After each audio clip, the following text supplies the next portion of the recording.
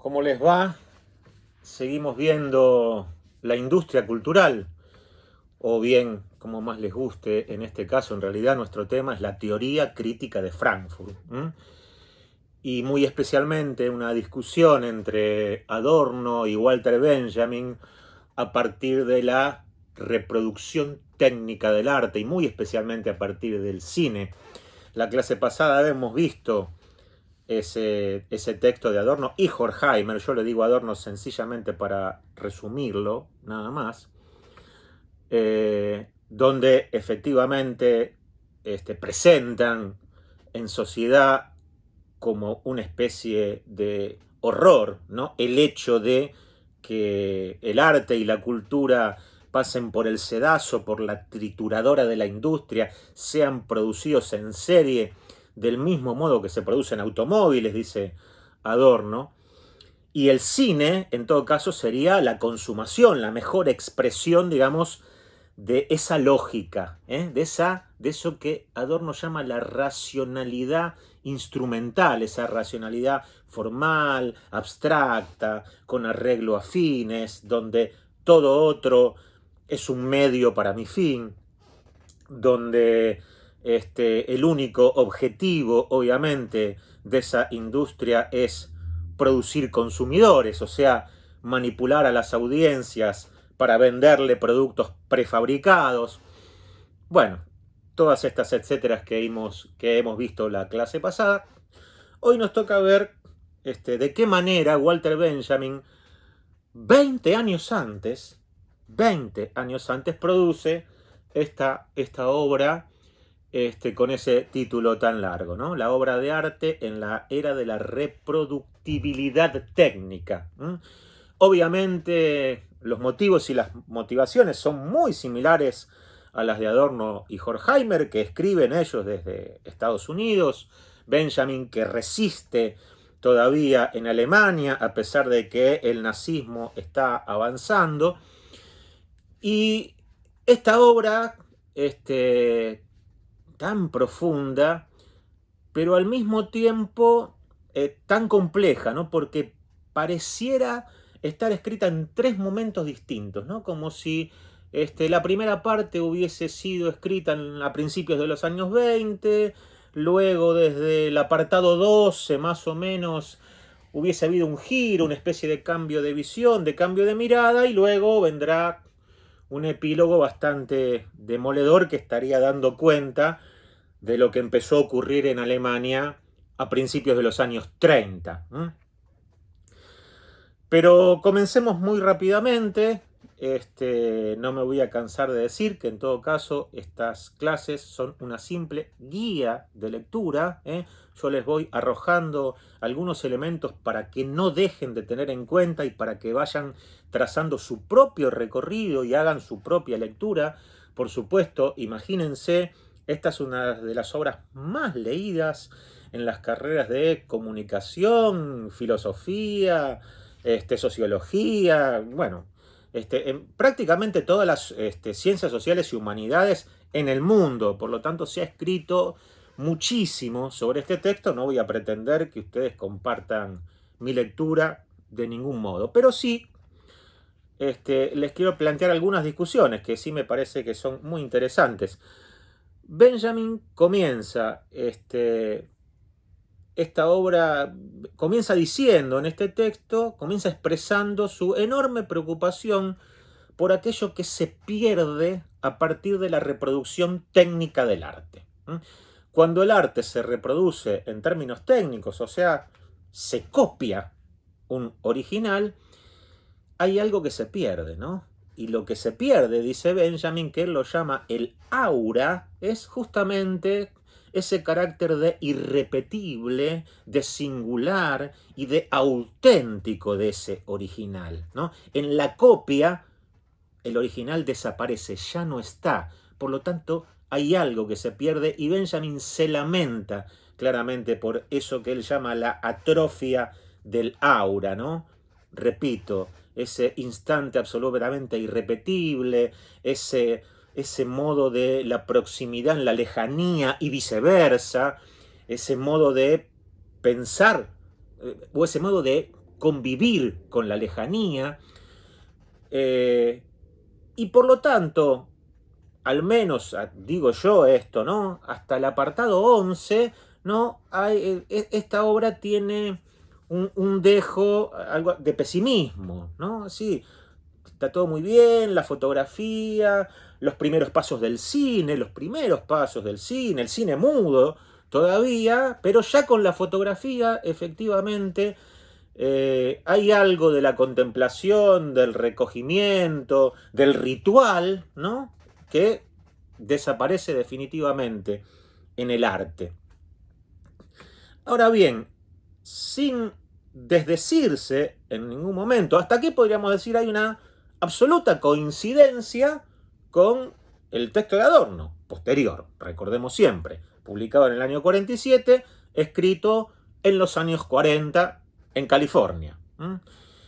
Benjamin está en Alemania y en los años 20 comienza a expresar estas preocupaciones por la reproducción técnica del arte.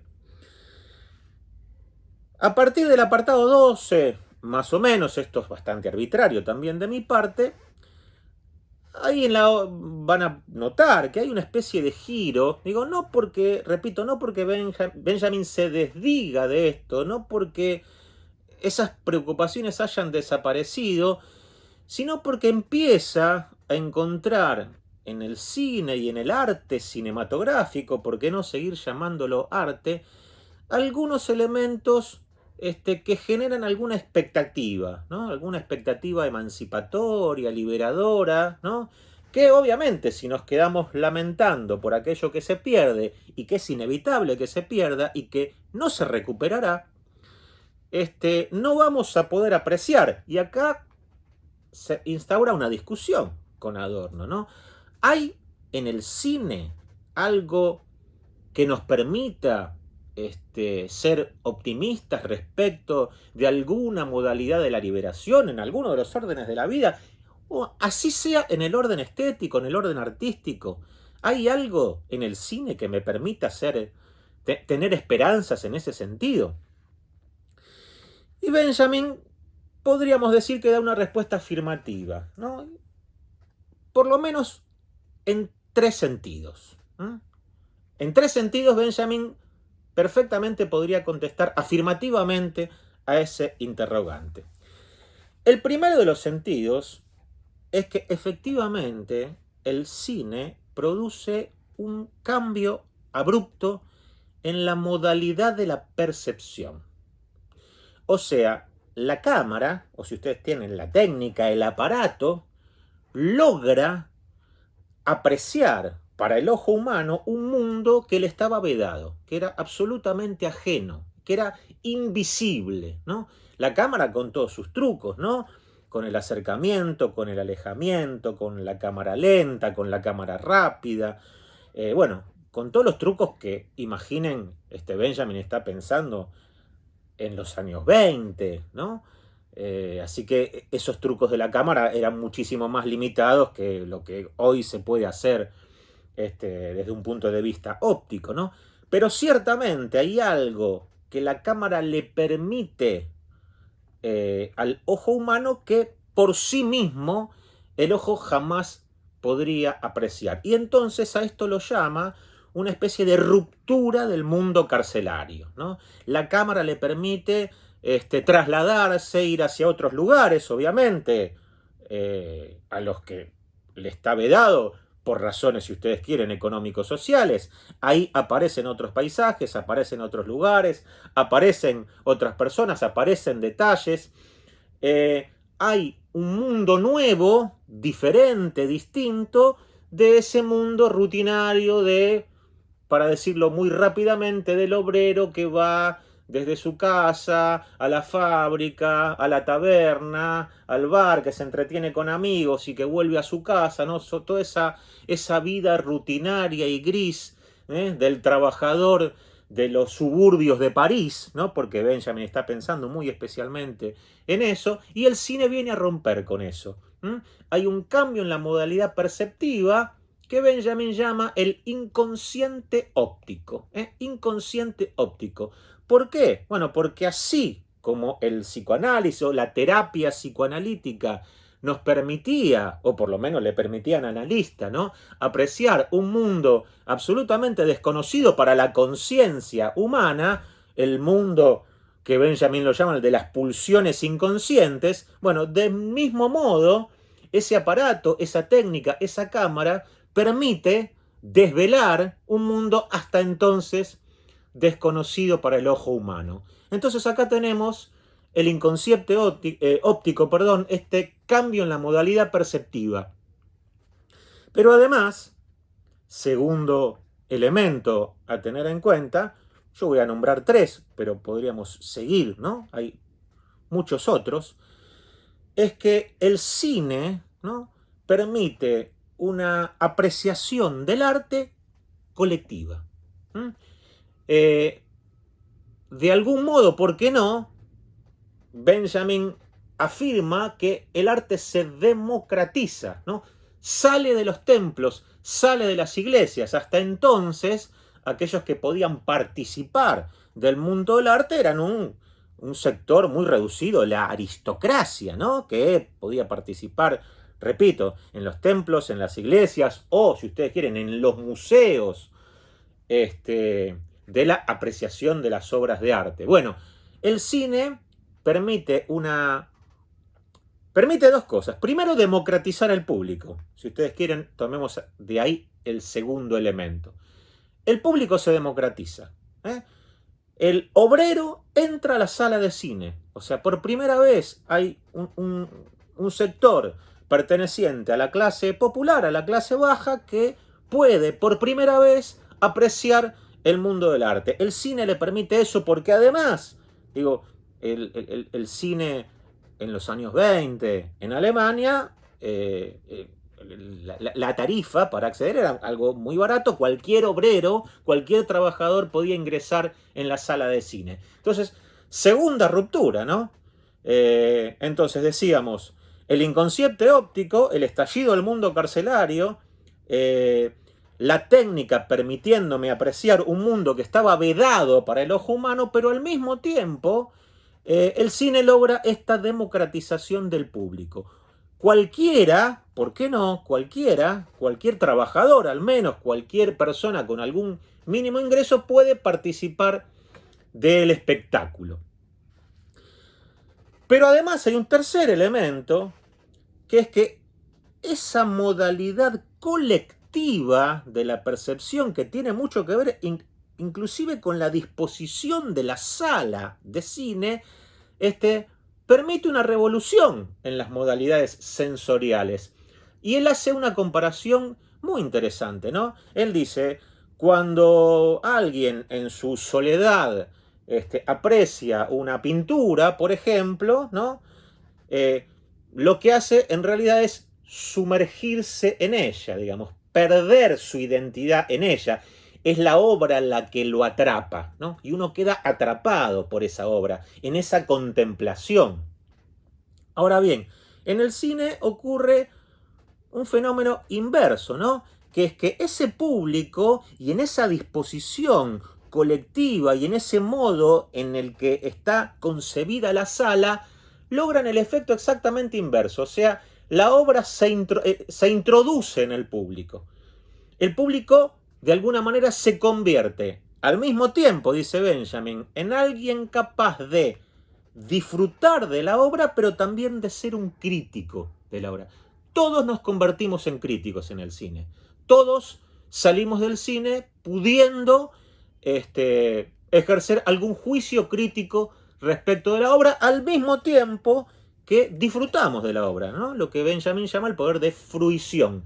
Crítica y fruición. Somos jueces de la obra. Por lo tanto, el modo que nos permite el cine de relacionarnos con el arte es completamente distinto de ese mundo artístico encerrado en las iglesias, en los templos y en los museos. Entonces tenemos 3 elementos de los que Benjamin obviamente se afirma para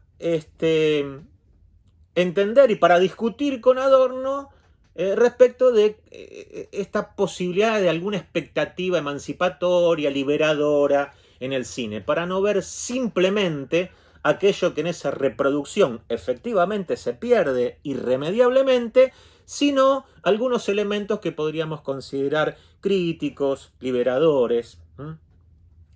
Ahora bien, y ahí con esto sí vamos terminando, la obra esta tiene un epílogo, en algunas ediciones mencionado como tal, como un epílogo, en otras simplemente como un último capítulo que perfectamente pudo haber sido escrito bastante tiempo después, ¿no? Que los inicios, que el primer apartado. ¿Por qué? Porque ahí podemos observar claramente un Benjamin muy preocupado por el avance del fascismo y por el modo en que el fascismo se apodera de esa herramienta cinematográfica para seducir y convocar a las masas, ¿no?